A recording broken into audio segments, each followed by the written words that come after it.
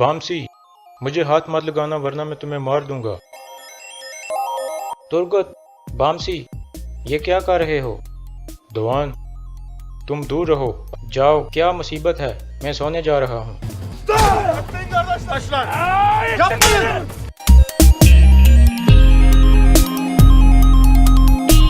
السلام علیکم بھائیو۔ وعلیکم السلام۔ خیر ہے دوان، میں بانو جی کے لیے گرم شربت لایا ہوں۔ تم اس قاتل عورت کے ساتھ کیا کر رہے ہو؟ السلام علیکم ناظرین، اس قسط کے آغاز میں ارطغرل اپنے سپاہیوں کے پاس جاتا ہے اور ان سے پوچھتا ہے کہ آپ تیار ہو؟ دوان کہتا ہے ہم تیار ہیں بھائی، لیکن گمستیکن نے ہمارے پیچھے سپاہی لگا دیے ہیں جو ہماری ہر حرکت پر نظر رکھے ہوئے ہیں، اس لیے ہم عبد الرحمن سے گھوڑے تیار کروا رہے ہیں۔ ارطغرل کہتا ہے ٹھیک ہے۔ پھر وہ ترگت اور بامسی سے کہتا ہے جب ان کو اس کارروائی کے بارے میں پتہ چلے گا تو تجتیکن فوراً ہمارے اوپر چڑھائی کرے گا، تم اس وقت کوئی اختلاف نہ کرنا اور تجتیکن کے سپاہیوں کے سامنے لچک دکھانا۔ اس کے بعد ارطغرل دوان کو اللہ حافظ کہتا ہے اور گلے مل کر باہر نکل جاتا ہے۔ خیمے کے باہر چاروں طرف سپاہی موجود تھے جو ان کی جاسوسی کر رہے تھے۔ دوسری طرف تجتیکن سردار بننے کے بعد جرگے والوں سے ایک پرجوش خطاب کرتا ہے اور کہتا ہے ہم نے کئی جنگیں لڑی ہیں اور مرحوم کرکت بے کے سائے تلے ہم ہر مشکل سے نکلے ہیں، اب میں اپنے مرحوم والد کا بدلہ لوں گا۔ اب وقت آ گیا ہے کہ دو درگا قبیلے کو غداروں سے پاک کر دیا جائے۔ سب لوگ تجتیکن زندہ باد کے نعرے لگانے لگتے ہیں۔ اس کے بعد سب لوگ کھڑے ہوتے ہیں اور باری باری تجتیکن کا ہاتھ چومتے ہیں۔ رات کو ارطغرل اور سنگرتیکن حکیم ارتک کے پاس جاتے ہیں۔ حکیم ارتک ان کو بتاتا ہے کہ جرگے والے لوگ تجتیکن کو سردار بنانے کے لیے خوش نہیں تھے، لیکن گمستیکن نے ان کو رضامند کیا۔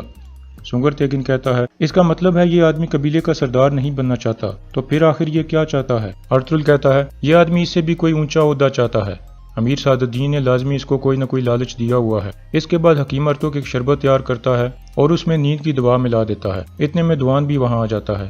حکیم ارتک اسے کہتا ہے میں نے شربت تیار کر دیا ہے، تم پریشان مت ہو، تم بانو جی کو ظالموں سے بچا کر لے جا رہے ہو۔ دوان کہتا ہے میں کئی جنگوں پر گیا ہوں لیکن کبھی موت کا خوف محسوس نہیں ہوا، لیکن ابھی میں خوفزدہ ہوں کہ میں بانو جی کی حفاظت نہیں کر سکوں گا۔ حکیم ارتک کہتا ہے اللہ ان کا ساتھ دیتا ہے جو اچھے کام کرتے ہیں۔ اس کے بعد حکیم ارتک شربت کو ایک برتن میں ڈال کر دوان کو دے دیتا ہے۔ دوسری طرف حیمہ خاتون ارطغرل سے پوچھتی ہیں بانو جی کو یہاں سے بھگانے کے بعد تم سچ کیسے سامنے لاؤ گے؟ ارطغرل کہتا ہے میں گمستیکن کو غصہ دلا کر اس کا دھیان اپنی طرف کراؤں گا۔ حیمہ خاتون کہتی ہیں یہ کس طرح کا کھیل ہے؟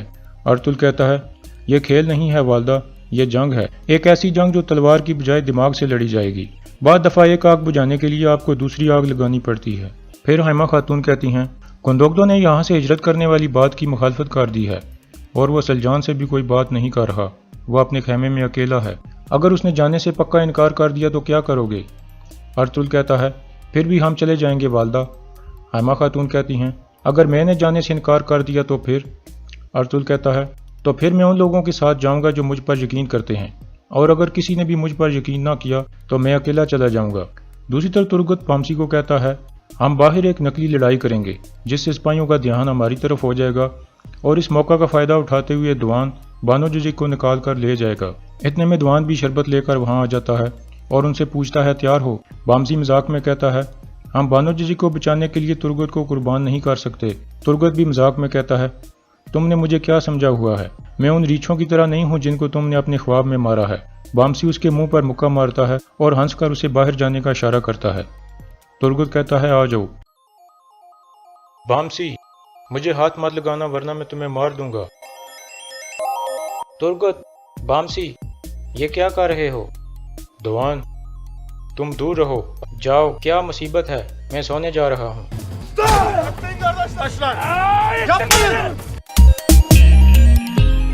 اس کے بعد ترگت اور بامسی ایک دوسرے کو مارنا شروع کر دیتے ہیں۔ سب سپاہی وہاں اکٹھے ہو جاتے ہیں اور انہیں چھڑانے کی کوشش کرتے ہیں۔ یہ دیکھ کر دوان چپکے سے اپنے خیمے سے نکل جاتا ہے۔ تھوڑی دیر بعد ترگت اور بامسی کو سپاہی پکڑ کر الگ کر دیتے ہیں۔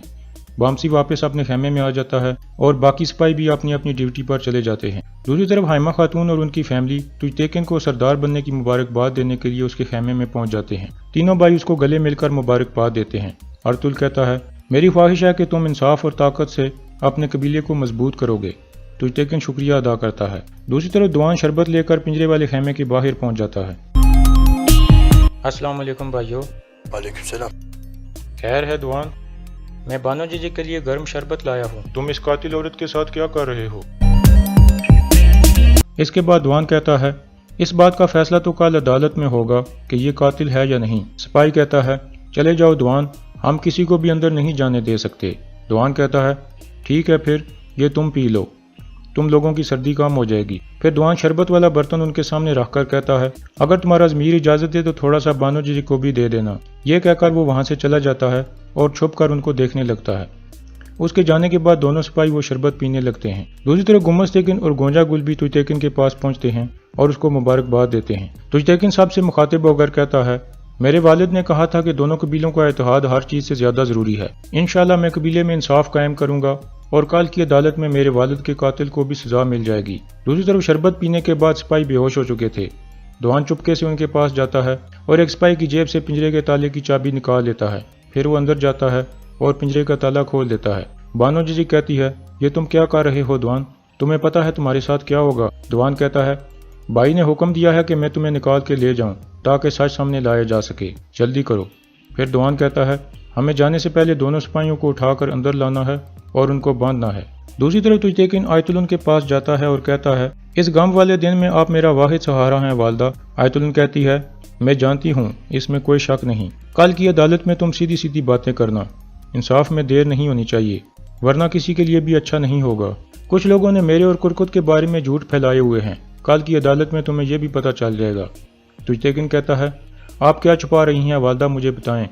آیت الن کہتی ہے یہ میرے لیے بہت تکلیف دہ ہے کہ میں اس بارے میں بات کر رہی ہوں، لیکن اب تم پوچھ رہے ہو اس لیے قبیلے کے سردار کی حیثیت سے تمہارے لیے بہتر ہے کہ تم بھی یہ باتیں جان لو۔ دوسری طرف گندوگدو گونجا گل کے پاس پہنچتا ہے اور کہتا ہے میں گمس تیکن سے اجازت لے کر آیا ہوں، انہوں نے کہا ہے کہ گونجا گل کچھ اہم باتیں جانتی ہے، اس لیے تم مجھے ہر چیز بتا دو۔ پھر گونجا گل صندوق سے سلجان کا کڑا نکالتی ہے اور گندوگدو کے ہاتھ میں دے دیتی ہے۔ گندوگدو کہتا ہے یہ کڑا تو میری والدہ نے سلجان کو شادی کے وقت دیا تھا، لیکن یہ تمہارے پاس کیسے آیا؟ گونجا گل کہتی ہے سلجان خاتون میری سوچ سے بھی زیادہ خطرناک نکلی ہے، میں نے اپنی آنکھوں سے دیکھا کہ وہ اس بوڑھی عورت کو اس کڑے سے خریدنے کی کوشش کر رہی تھی۔ گندوگدو کہتا ہے مجھے سب کچھ بتاؤ۔ دوسری طرف آیت الن بھی توئی تیکن کے کان بھر رہی تھی اور کہتی ہے سلجان قبیلے میں دوبارہ فتنہ پھیلا رہی ہے اور ہمارے بارے میں جھوٹ پھیلا رہی ہے۔ اتنے میں گوکچے بھی باہر پہنچ جاتی ہے اور چھپ کر ان کی باتیں سننے لگتی ہے۔ پھر آیت الن کہتی ہے سلجان میرے بارے میں یہ جھوٹ پھیلا رہی ہے کہ شادی سے پہلے کرکت بے کے ساتھ میرے ناجائز تعلقات تھے۔ سلجان نے تب سے ایسی باتیں شروع کی ہیں جب سے گندوگدو نے گونجا گل سے شادی کرنے کا فیصلہ کیا ہے۔ توئی تیکن کہتا ہے تو یہ مسئلہ ہے اس کا؟ آیت الن کہتی ہے ہاں، میں اس بارے میں بات نہیں کرنا چاہتی تھی، لیکن یہ بہتر ہے کہ تم میرے منہ سے سن لو۔ یہ سن کر گوکچے غصے سے وہاں سے چلی جاتی ہے۔ دوسری طرف گونجا گل گندوگدو کو کہتی ہے میں جڑی بوٹیاں لینے کے لیے قبیلے سے باہر گئی تھی، میں نے دیکھا کہ اس بوڑھی عورت نے سلجان کا کڑا پھینک دیا تھا اور کہہ رہی تھی کہ میں آیت الن کے ساتھ ایسا نہیں کر سکتی۔ میں سمجھ گئی کہ سلجان کے ارادے ٹھیک نہیں ہیں۔ میں فوراً واپس آیت الن پھوپھو کو بتانے کے لیے چلی گئی۔ اسی دوران ہم نے سنا کہ اس بوڑھی عورت کی لاش ملی ہے۔ میں دوبارہ اس جگہ گئی جہاں اس بوڑھی عورت نے سلجان کا کڑا پھینکا تھا اور وہ مجھے مل گیا۔ شاید سلجان کڑا ادھر ہی بھول گئی تھی یا اس نے تلاش کیا اور اسے ملا ہی نہیں۔ میں نے کڑا اٹھایا اور چھپا دیا اور ہر چیز سمجھ گئی۔ گندوگدو کہتا ہے تم کیا سمجھ گئی؟ گونجا گل کہتی ہے یہی کہ اس بوڑھی عورت کو سلجان نے مارا تھا۔ دوسری طرف گوکچے سلجان کے خیمے میں جاتی ہے اور اس سے پوچھتی ہے آیت الن خاتون نے جو کہا ہے کیا وہ سچ ہے؟ سلجان کہتی ہے میری پیاری بہن تم کب تک دھوکے میں پڑی رہو گی؟ اتنے میں توئی تیکن بھی شدید غصے میں سلجان کے خیمے میں پہنچ جاتا ہے۔ گوکچے اس کے سامنے آ جاتی ہے۔ توئی تیکن کہتا ہے میرے راستے سے ہٹ جاؤ، تمہاری شیطان بہن جھوٹ پھیلا رہی ہے کہ آیت الن خاتون اور میرے بابا کے درمیان ناجائز تعلقات تھے جب میری حقیقی والدہ زندہ تھی۔ گوکچے سلجان سے پوچھتی ہے کیا یہ سچ ہے؟ سلجان کہتی ہے ہاں یہ سب سچ ہے، لیکن یہ بہتان نہیں ہے۔ توئی تیکن پھر غصے سے اس کی طرف بڑھتا ہے اور گوکچے اسے روکنے کی کوشش کرتی ہے۔ دوسری طرف عبد الرحمن اندر جا کر حائمہ خاتون کو بتاتا ہے کہ توئی تیکن سلجان خاتون کے خیمے میں داخل ہو گیا ہے۔ یہ سن کر وہ سب سلجان کے خیمے کی طرف بھاگتے ہیں۔ دوسری طرف گونجا گل بھی گندوگدو کو بتاتی ہے کہ سلجان نے کرکت بے اور آیت الن پھوپھو پر بہتان لگایا ہے کہ شادی سے پہلے ان کے درمیان ناجائز تعلقات تھے، اور اس سے بھی بڑھ کر اس نے کہا ہے کہ دورو خاتون کو آیت الن پھوپھو نے مارا تھا تاکہ وہ کرکت بے کی بیوی بن سکے۔ پھر اس نے بانو جی کو یہ باتیں بتا کر بھڑکایا تاکہ وہ ان دونوں کو مار دے، اور یہ سب اس نے اس لیے کیا تاکہ ہم دونوں کی شادی نہ ہو سکے۔ یہ کڑا آپ لے جاؤ اور اپنی والدہ کو دے دو تاکہ وہ اپنی آنکھوں سے دیکھ سکیں کہ ان کی بہو کتنی غیر ذمہ دار ہے۔ دوسری طرف توئی تیکن شدید غصے میں تھا اور سلجان سے پوچھ رہا تھا مجھے بتاؤ تم میرے بابا اور آیت الن کے بارے میں اور کیا جانتی ہو؟ سلجان کہتی ہے ابھی اور بھی بہت کچھ ہے، اس جاہل عورت نے تمہیں بہت کم بتایا ہے۔ تجتیکن کہتا ہے بولو۔ سلجان کہتی ہے کیا تم نے کبھی یہ نہیں سوچا کہ تمہاری والدہ جو ابھی کنویں سے پانی بھی نکال لیتی تھی وہ اچانک کیسے فوت ہو گئی؟ تجتیکن کہتا ہے کیا مطلب ہے تمہارا؟ سلجان کہتی ہے تم ابھی تک نہیں سمجھے، ٹھیک ہے میں بتاتی ہوں۔ تمہاری والدہ اور تمہارے والد کا قاتل ابھی بھی تمہارے خیمے میں موجود ہے۔ یہ سن کر تجتیکن غصے سے پاگل ہو جاتا ہے اور گوکچے کو گرا کر سلجان پر حملہ کر دیتا ہے۔ سلجان بھاگ کر خیمے سے باہر نکل جاتی ہے۔ اتنے میں ارطغرل اور دوسرے لوگ بھی وہاں آ جاتے ہیں۔ تجتیکن اپنی تلوار نکال لیتا ہے۔ ارطغرل تجتیکن کو آواز دے کر روکنے کی کوشش کرتا ہے اور یہاں اس قسط کا اختتام ہو جاتا ہے۔